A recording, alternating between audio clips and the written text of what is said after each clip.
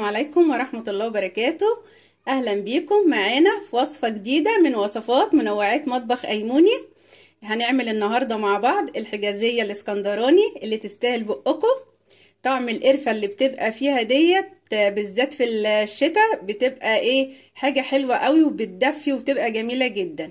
وطبعا احنا بنعملها ديت من غير شربات ولا بتحتاج اي اضافات. مجرد بس ما بتسويها وبتكون المقادير مظبوطة بتطلع معاكي زي الفل. لو ما شرفتونيش واول مرة تشرفوني في قناتي اعملي لايك واشتراك عشان يوصلك مني كل جديد. يلا بينا نشوف بقى المقادير بتاعتنا. المقادير بتاعتنا بسيطة خالص. دقيق السامولينا زي ما انتوا شايفين اهوت، اللي هو دقيق السميد 3 كوبايات. ال3 كوبايات دولت بمقدار نص كيلو دقيق. وعندنا كوبايتين دقيق بقى من العادي. انتي هما المفروض بيبقوا 5 كوبايات، انتي ممكن تعملي 2.5 دقيق عادي و2.5 دقيق من اللي هو السامولينا. انا عملت 3 و2. اهم حاجة ان هما يكونوا 5 كوبايات. معانا بقى كوباية نص كوباية سمنة على نص كوباية زيت، عشان الزيت كده بيديها قرمشة كده وبيخليها طعمها حلو. معانا كوباية زبادي، معانا كوباية سكر ناعم، معانا باكو خميرة بمقدار معلقة. لو عندك سايبة ممكن معلقة. يلا بينا بقى نشوف طريقتنا هنعملها ازاي. هنجيب بقى البولة اللي فيها الدقيق السامولينا او دقيق السميد. هنبتدي بقى نحط عليهم كوبايتين الدقيق بتوعنا. هنحط المواد الجافة كلها كده مع بعض، وهنحط السكر، وهنحطه بقى رشة ملح كده صغيرة عشان نحسن بس طعم الحجازية. وهنجيب الخميرة بتاعتنا بردك نحطها كده. حطيت كل المكونات بقى مع بعض. انا نقلتها في بولة كبيرة شوية لان لقيت ان البولة الصغيرة التانية صغيرة، فنقلت كل الحاجة في بولة كبيرة شوية. بعد كده هنزل بقى بالباكو الخميرة ده بما يعادل معلقة خميرة كبيرة. هبتدي بقى اقلب كل المقادير كده كلها مع بعضها لحد ما كله يختلط مع بعضه كده.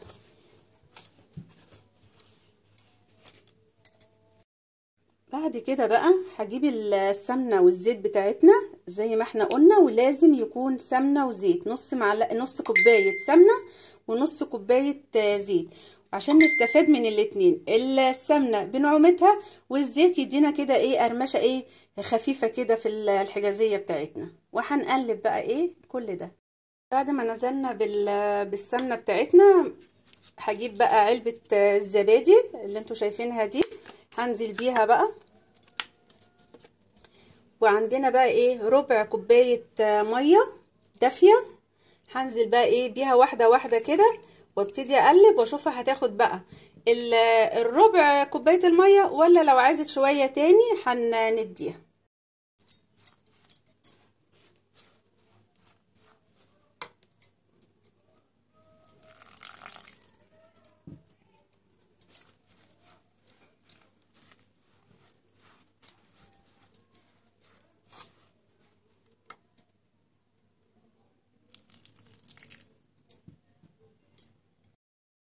بصوا العجينه بتاعتنا هي ما بتبقاش بقى ولا طريه قوي ولا ناشفه قوي، وبعدين انت ما بتعجنيش جامد، بتبقى كده بصي العجينه بتاعتنا بتبقى يابسه كده وطريه، ولا طريه قوي ولا ناشفه قوي.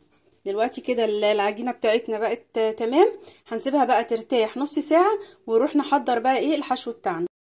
الحشوه بقى بتاعتنا زي ما انتوا شايفين اهيت: كوبايتين من دقيق السميد، كوبايه سكر، معلقتين كبار من القرفه، ربع كوبايه ميه. انا عايزه الحشوه بتاعتي كده احولها زي الرمله المبلوله، ولا تبقى طريه قوي ولا ناشفه قوي. زي الرمله المبلوله ما يكونش فيها سوائل كتير ولا تكون جافه. هنبتدي دلوقتي بقى نحط السكر على الدقيق كده، وبعد كده القرفه، وهنقلبهم بقى.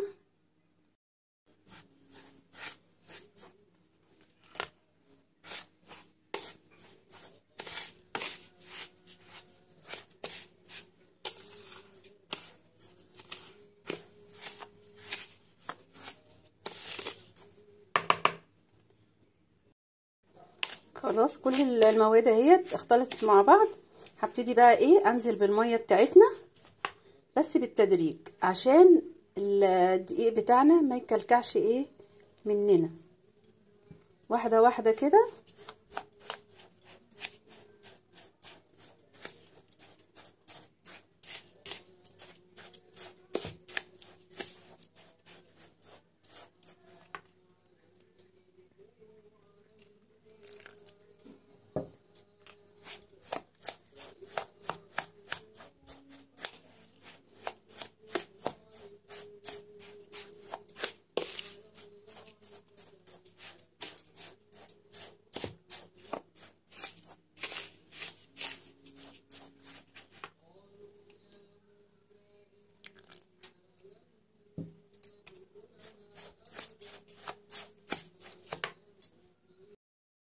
بصوا كده هي اخدت معايا الربع كوبايه ميه واخدت معلقتين ميه تاني.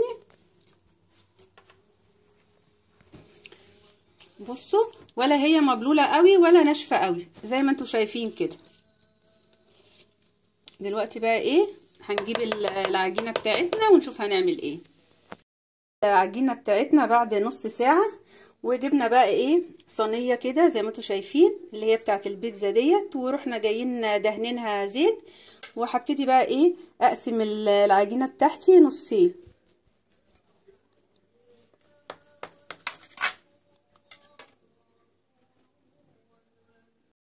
قسمناها نصين اهيت. هبتدي بقى ايه اعملها كده كده بالراحه كده في الصينيه.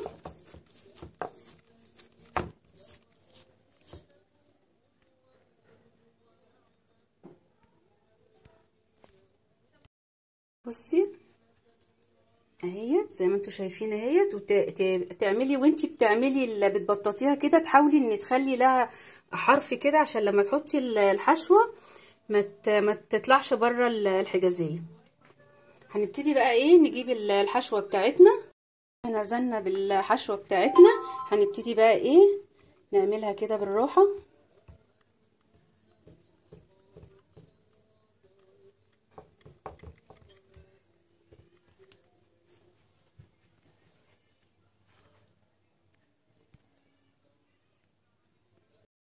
كده بقى بعد ما حطينا الحشوه بتاعتنا زي ما انتوا شايفين كده، هبتدي بقى النص بتاعنا التاني دوت بدل ما اخد حته حته احطها كده على الصينيه. هوريكم طريقه حلوه قوي نعملها كده مع بعض.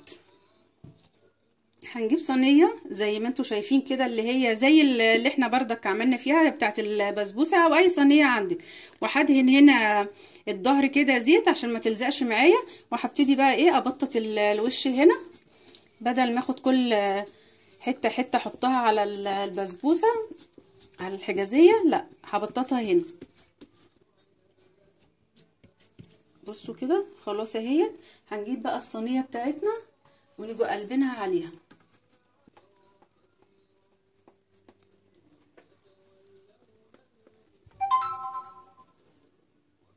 بصوا طلعت بكل سهوله. هبتدي بقى اقفلها من الحروف كده. كده الصينيه بتاعتنا اهي زي ما قفلنا كل الحروف. بصوا كده تمام بقت جاهزه اهيت. هجيب بقى شوكه وهبتدي بقى ايه اعمل فيها كده خطوط كده.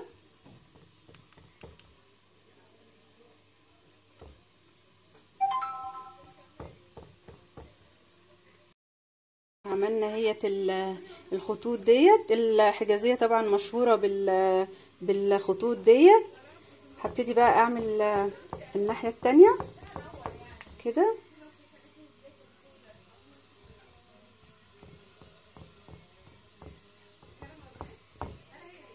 لما صينيه الحجازيه جهزت معانا اهي، طبعا انا كنت مولعه الفرن بتاعنا على درجه حراره 180. لازم يكون الفرن سخن ما يكونش دافي. هاخد بقى الصينيه بتاعتنا ونحطها في الفرن. حطينا الحجازيه بتاعتنا اهي الصينيه في الفرن. هنسيبها بقى من 40 دقيقه ل 50 دقيقه كده حسب درجه حراره الفرن، ولما تطلع هنوريكم الحجازيه بتاعتنا. بعد ما الحجازية بتاعتنا طلعت من الفرن اهي زي ما انتوا شايفين، بصوا الجمال. هنسيبها بقى تهدى كده شوية وبعد كده نقطعها. بصوا بعد ما دفيت بقى شوية ابتديت بقى اقطعها كده. ايه رأيكم في الجمال؟ بصوا بصوا ما شاء الله عليها، يا جماله يا جماله. تسلم ايدك يا ايموني.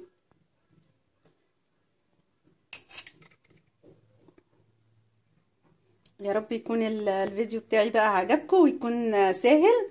ما تنسونيش بقى في اللايك والشير وسبسكرايب، واللي ما شافش قناتي واول مره يشوفها يفعل الجرس عشان يوصلكم مني كل جديد. والسلام عليكم ورحمه الله وبركاته.